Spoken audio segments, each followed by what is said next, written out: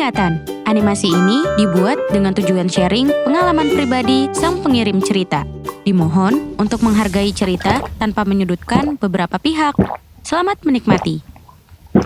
Yo, kenalin, nama gue Leona. Gue mau ceritain kisah percintaan gue yang bikin gue sampai sekarang jijik. Banana deh kalau diingat-ingat. So, sebenarnya umur gue 18 tahun.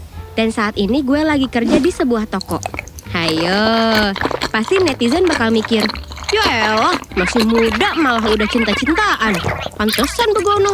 Eits, jangan salah.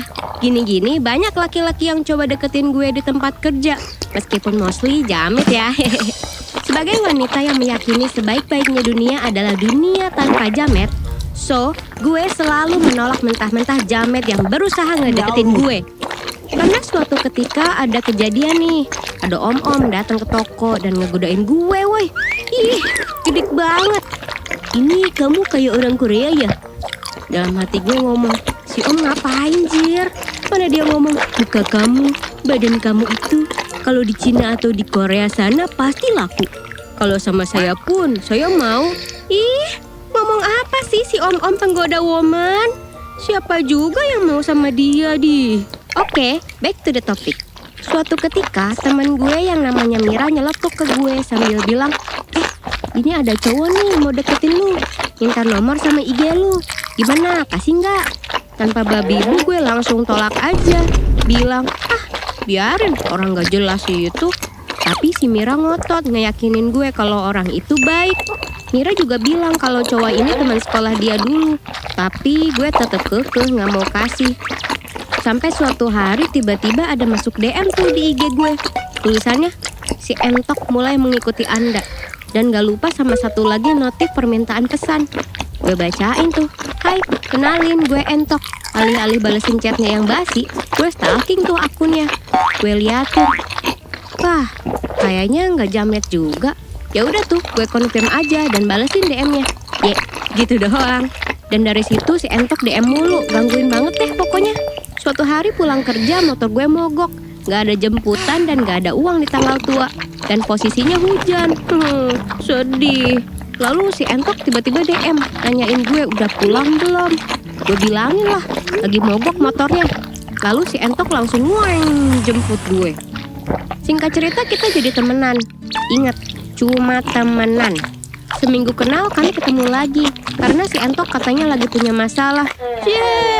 Cowok problematik. Ya udah, sebagai pendengar podcast keluh kesah yang baik, gue iyain ajakannya. Pas ketemu, tanpa babi bu, tiba-tiba dia langsung curhat.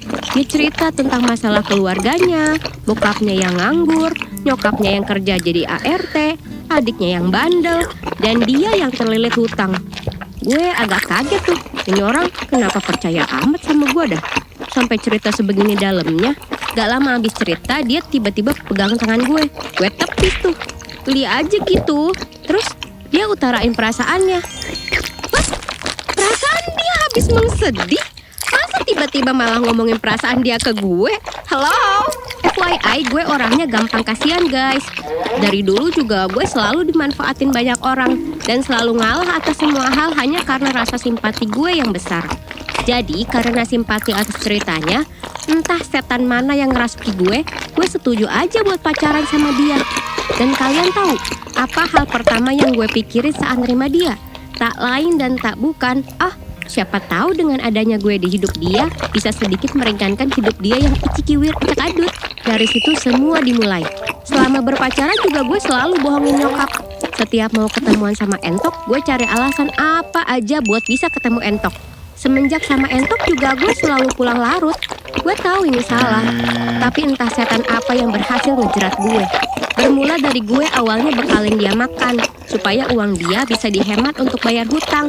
Awalnya hanya untuk sebulan, tapi malah jadi kebiasaan bekalin dia terus. Kayak, jiwa keibuan gue mulai muncul.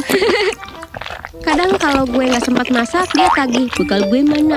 Kadang pun kalau gue lagi gak ada uang di tanggal tua, boro-boro masak. Gue aja makan nasi putih kasih kerupuk 2.000 doang woy. Dan dia nanyain, bekal gue. Pas gue jawab gue gak punya duit buat beli sayur, dia malah adu nasib. Ya, kalau mau adu-aduan mah, ayo adu Beyblade aja. mana tiba-tiba ungkit utangnya banyak lah. Dan dia lewat depan tempat kerja gue sambil pasang muka sedih-sedih kemiskinan gitu. Dengan tampilan yang menyedihkan. Di situ malah gue yang ngerasa bersalah, anjir.